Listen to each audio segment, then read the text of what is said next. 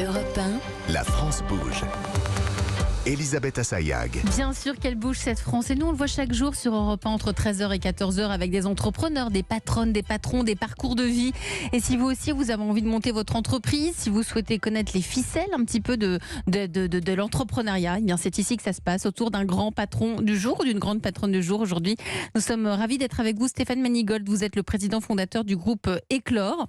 Vous avez 9 restaurants et vous représentez l'UMI, l'Union des métiers et des industries de l'hôtellerie pour Paris et sa région. La start-up du jour, c'est Nicolas Ferrari, associé et directeur des opérations de Brigade. Brigade, c'est cette application qui met en relation du personnel de la restauration avec des établissements pour des missions ponctuelles. Et vous, Gonzague Peunier, bonjour. Bonjour Elisabeth. Vous êtes le cofondateur de l'Extra, L''EXTRA. C'est un restaurant inclusif et éco-responsable à Reims. La France bouge. La pépite du jour. Chaque année, nous remettons des trophées européens de l'avenir. Ici, on découvre des pépites, des toutes petites entreprises, parfois pas encore à l'état de projet. Aujourd'hui, c'est un projet qui est né il y a 3 ans, c'est ça ? Oui, absolument. Gonzague, vous avez 56 ans, vous avez cofondé l'Extra, vous en êtes à votre 3e vie professionnelle. Vous aussi, vous avez commencé votre carrière dans le monde de l'automobile. Vous êtes animé, vous, par la passion. Quand ça vous passionne plus, vous arrêtez. C'est ce qui guide chacun de vos choix professionnels. Et c'est à la suite d'un plan de départ chez Renault. Vous avez eu envie de donner plus de sens à votre vie, de vous tourner vers l'humain. Vous avez même repris vos études. Vous avez eu un master pour diriger un EHPAD. Ça, c'était en 2018. Métier un peu fatigant de travailler dans les EHPAD. Ça vous a été passionnant, mais passionnant un aussi. peu usant, oui. Usant. Donc, vous avez changé. Et la 3e vie professionnelle arrive. Vous êtes allé manger dans un restaurant un peu particulier. Et le reste, c'est à vous de nous le raconter. L'Extra, c'est quoi ? Vous avez 1 minute. Oui, je m'appelle donc Gonzague Peunier, je suis cofondateur du projet de l'Extra avec Mathieu Saint-Guilhem, donc à Reims. En fait, vous savez, c'est l'histoire de Yannick, de Céline, qui sont en situation de handicap mental et à des années-lumière du marché du travail. Alors, il y a 3 ans, nous leur avons proposé une opportunité d'embauche dans un beau restaurant en plein cœur de Reims, avec un positionnement fort, un impact fort, économique, social, entrepreneurial, inclusif, sociétal et environnemental. Et pour ouvrir le restaurant, en fait, c'est tout un collectif qui a créé une dynamique qui a permis de fédérer des énergies localement, des experts dans leur domaine, des mécènes, des entrepreneurs, un réseau de brigades extraordinaires en France et puis un parrain prestigieux. Alors l'objectif, c'est tout simplement de promouvoir cette solution, j'allais dire, à haute valeur ajoutée culinaire et humaine, afin qu'elle soit une réussite unique en Champagne-Ardenne. Et grâce à vous, on va réussir le rêve de Yannick, de Céline et bien d'autres. Un restaurant ordinaire avec des personnes extraordinaires. C'est ce que l'on vous souhaite en tout cas, Gonzague. Merci pour votre pitch du jour. Vous en avez pensé quoi, Stéphane ? Moi, j'applaudis. Ah ouais. En plus, il cumule 2 choses. L'insertion, moi je suis très sensible. Et sur le handicap, nous avons aujourd'hui même un collaborateur qui a intégré le groupe, qui a un handicap, donc voilà. Et puis la 2e qualité, c'est que vous faites ça à Reims. Et vous savez que moi, à Reims, la Champagne, c'est ma région de cœur, puisque je suis un fou de Champagne. J'aime le Champagne, donc voilà. Vous validez Mais à 100%. je vais venir. Ah oui, je vais venir en plus. Nicolas Ferrari. Ouais, pareil, Patron de je trouve Brigade. ça extraordinaire. Alors, par contre, vous avez quitté l'EHPAD, qui a un métier usant, pour un autre métier qui n'est pas simple non plus, la restauration. Mais, Il ne mais en recule tout cas, devant aucune difficulté, exactement, Gonzague. ça. Sur un métier difficile, en plus, rajouter cet aspect sur le recrutement de personnes en situation de handicap, moi je trouve ça aussi extraordinaire. Je vous présente Nathalie Carré, qui est en charge de l'entrepreneuriat à la Chambre de commerce et d'industrie. Bonjour Nathalie. Bonjour Elisabeth, bonjour tout le monde. Bonjour. Vous avez étudié le projet l'Extra, un projet passionnant. J'imagine que ça n'a pas été simple, mais quelles sont selon vous les forces et les faiblesses, enfin les points améliorés pour le projet de Gonzague, Nathalie ? Déjà, ce qui est intéressant, en fait, c'est que vous avez un projet plus global. Il y a une association qui porte ce restaurant, mais qui a d'autres projets. Il y a des mécènes engagés, il y a une restauration locale pour éviter de nuire à l'environnement. Il y a la formation certifiante des équipiers, leur accès au capital de l'entreprise. Voilà, il y a beaucoup aujourd'hui, plusieurs restaurants ou cafés qui embauchent des personnes en situation de handicap, mais peu ont un projet aussi structurant. Et puis, bravo pour votre dynamisme et le plan B que vous avez trouvé pour faire face au report de la date d'ouverture, puisque vous faites des travaux, je vois de quoi vous parlez, il y a du retard. Elle est en plein dedans, Nathalie. Oui, il y a du retard, c'est marrant. Donc vous mettez en place une table éphémère, donc ça permet aux équipes de s'entraîner, vous encaissez du chiffre d'affaires, et donc vous êtes vraiment dans une vraie posture entrepreneuriale. Quand il y a un problème, on trouve une solution. Et puis bravo pour le parrain, Arnaud Lallemand, l'assiette champenoise, donc un restaurant célèbre à Reims. Donc là, il coche toutes les cases. Ah bah oui, surtout, en plus, moi c'est pareil, je suis des Ardennes, Reims, je vois bien où ça se situe. Bon, il y a quand même quelques petits points améliorés, heureusement, c'est comme ça que l'on progresse. Vous avez quelques remarques, quelques propositions, notamment, il faut être un peu plus clair sur le projet global, c'est ça Nathalie ? Oui, parce que est-ce que votre démarche inclusive concerne uniquement les personnes trisomiques, par exemple, ou toutes les personnes avec handicap qui sont éloignées de l'emploi pour cette raison? Si c'est ça votre orientation, votre ambition, n'hésitez pas à l'annoncer pour fédérer autour de vous en fait des personnes qui sont concernées par d'autres types de handicap et donc augmenter votre socle de bénévoles et de donateurs. Puis, en cohérence avec vos valeurs d'inclusion, pensez à avoir un menu à moins de 20 € par exemple, car si votre projet est inclusif pour le personnel, mais exclusif pour les clients, vous aurez un souci de cohérence qui peut vous revenir en boomerang. Pourquoi il est à combien là, le menu que vous avez prévu, Gonzague ? Le menu de plat, entrée plat ou plat dessert est à 21 €. On recommence aujourd'hui, vous voyez. 21 €, donc ça va, il est parfait. Bon. Ensuite, un choix marketing. Est-ce que vous ouvrez un restaurant de bistronomie locale d'excellence, parrainé par un chef reconnu, et les convives découvriront en arrivant que, tiens, tout ou partie du personnel est différent? Ou est-ce que vous ouvrez un restaurant inclusif qui proposera une bistronomie locale? Si vous voulez contribuer au changement de regard sur les personnes en situation de handicap, il est peut-être préférable de choisir la première option pour que les gens viennent et reviennent pour l'assiette et la qualité du service, et pas, vous savez, un peu pour voir un peu comment c'est. Pour qu'ils reviennent en fait. Oui, pour qu'ils reviennent, pas que ça fasse un peu genre, on va aller voir un peu, observer un peu, c'est quoi ces bêtes là qui. Allez-y Gonzague, je vois réagir. Mais bien sûr, mais vous avez tout à fait raison. On vient et on reviendra chez nous parce qu'on va se régaler et vous vivrez une expérience. C'est ça le truc. Vous savez, le chef qui nous a rejoint, Arnaud Lallemand. Alors ça c'est notre parrain. Ah, c'est le parrain. C'est notre parrain, mais le chef cuisinier qui sera aux côtés de l'équipe. C'est un ami en plus, Arnaud. Et qui a une belle politique RSE, du reste, il faut le souligner. C'est une belle personne. Le chef qui nous a rejoint sur le début de la table éphémère a des retours, mais alors excellents. Et c'est pour ça que les gens vont revenir. C'est pas parce qu'il y a des personnes en situation de handicap. Non, on vient et on revient parce que on se régale tout simplement. Parce qu'on se régale. On est un restaurant ordinaire avec cette particularité d'avoir des personnes extraordinaires. Nathalie. Alors justement, moi je dirais pas que vous êtes un restaurant ordinaire parce que c'est pas si ordinaire, malheureusement, de proposer des plats locaux et de qualité.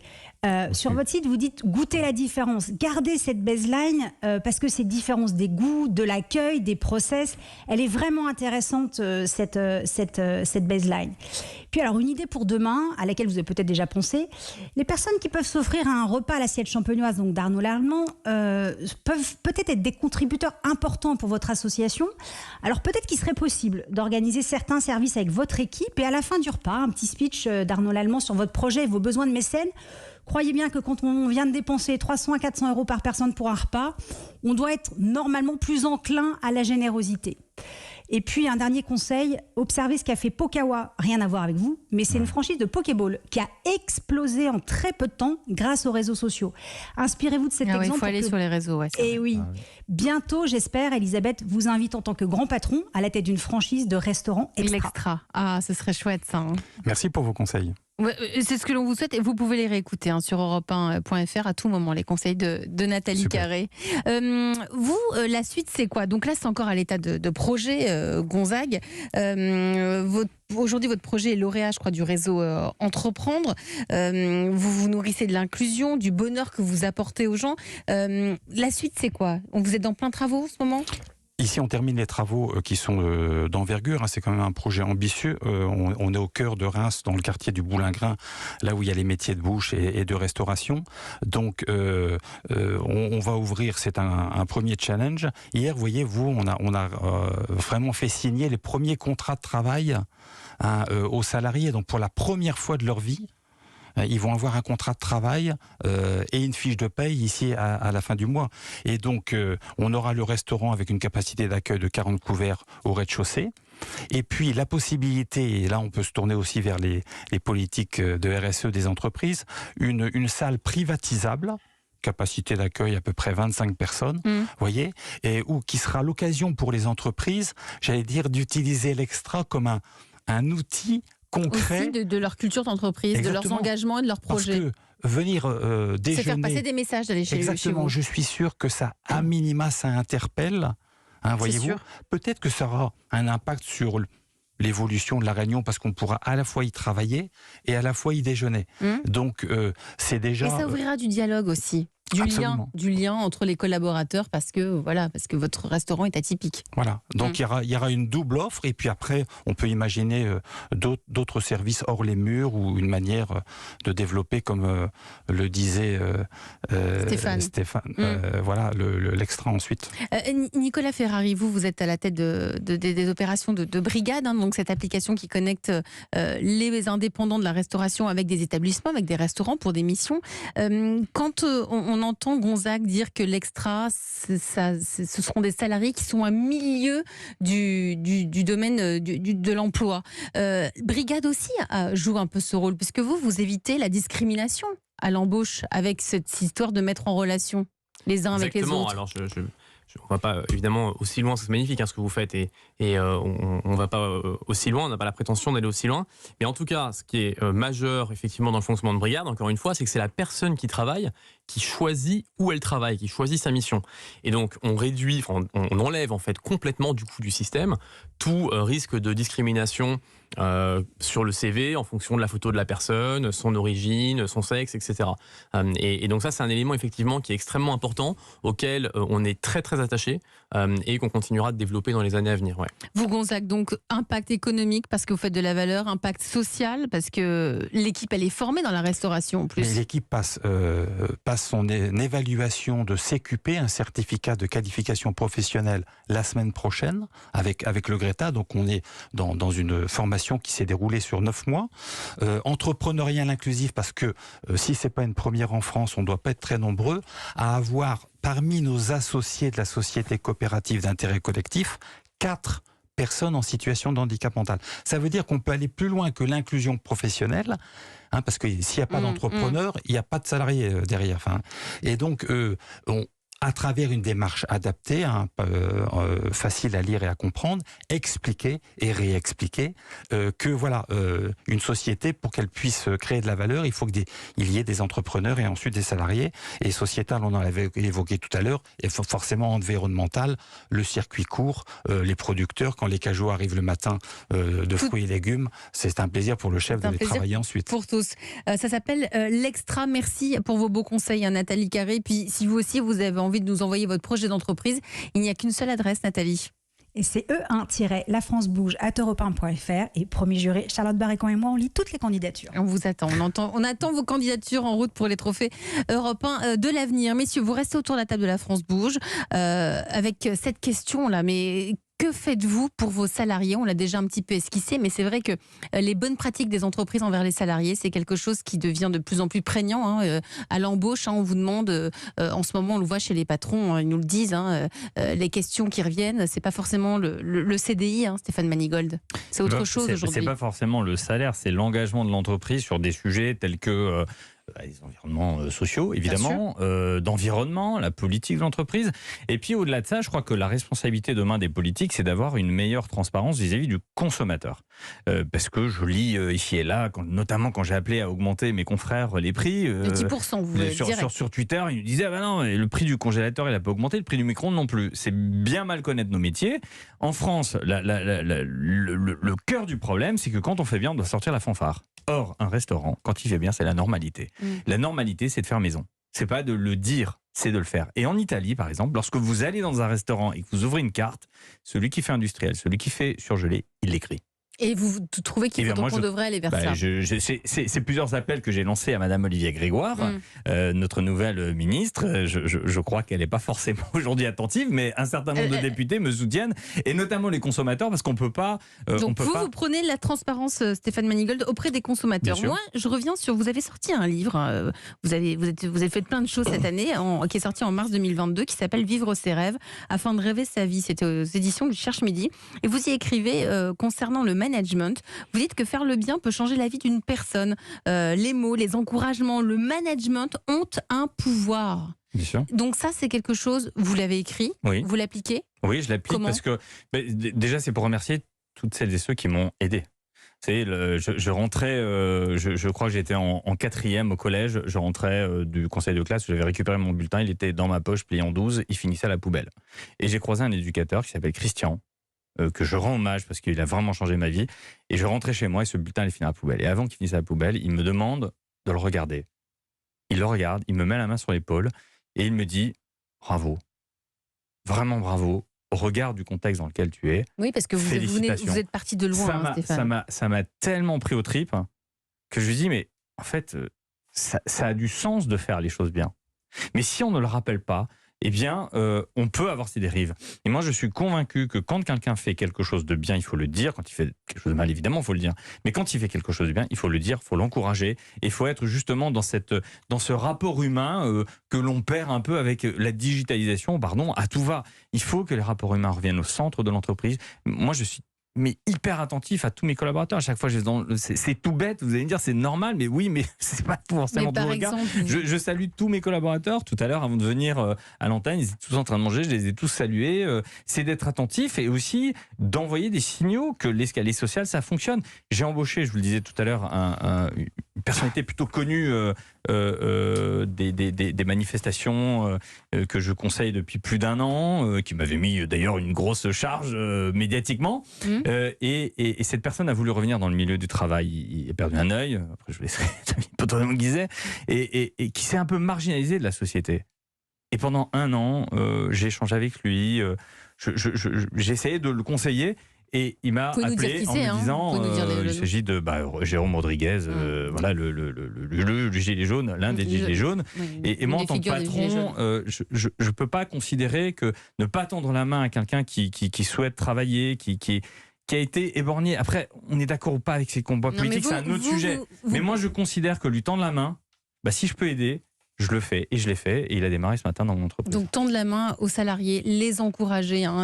Gonzague, Peunier, vous voulez intervenir ? Peut-être une banalité. Quand on a repris le restaurant, donc on est plusieurs salariés, et une famille d'un salarié me disait, mais il est rentré ce soir, il m'a dit que vous disiez merci. Je dis merci, oui, je dis merci. Mais voyez, peut-être que à certains endroits, j'espère rares, mais c'est une reconnaissance de ce que fait la personne. Et forcément, ça remplit son réservoir d'estime de soi. Et demain, il travaillera mieux qu'hier encore. Je crois que vous avez tous compris la façon de ce qu'attendent aujourd'hui les salariés. Nicolas Ferrari, vous vouliez... Oui, peut-être pour compléter, je suis 100% d'accord avec tout ce qui a été dit sur le management. Moi, j'observe quelque chose aussi de nouveau, qui est que ça fait 15 ans que je recrute dans les différentes entreprises dans lesquelles j'ai travaillé. Et quelque chose qui est vraiment nouveau, c'est que je trouve que la première chose que les personnes recherchent quand elles rejoignent une entreprise, c'est la mission de l'entreprise. Moi, je pense qu'il n'y a pas un entretien de recrutement où le potentiel futur salarié me dit « mais pourquoi vous faites ce que vous faites ?» Et ça, c'est quelque chose qui est extrêmement important et il ne faut pas mentir dessus. C'est-à-dire que si je lui dis quelque chose, qu'il rejoint la boîte et que 3 mois après, en fait, il se rend compte que ce que je lui ai dit, c'était absolument pipeau et que en réalité, il sera plus là. Malgré le contrat, malgré le salaire, le contrat, le salaire, tout ce qu'on veut. Donc donner du sens, c'est ce que recherchent aujourd'hui les salariés. Vous restez avec moi tous les 3. On va boucler l'émission du jour avec la belle histoire d'une entreprise française, l'histoire d'un fabricant de cuisine de rêve. C'est un Français, ça existe depuis 1934. 13h49 sur Europe 1, c'est le fabricant français du matériel de cuisson pour les professionnels. C'est haut de gamme, ça existe depuis 1934, ça s'appelle Charvet, c'est la saga du jour. Elisabeth Assayag sur Europe 1.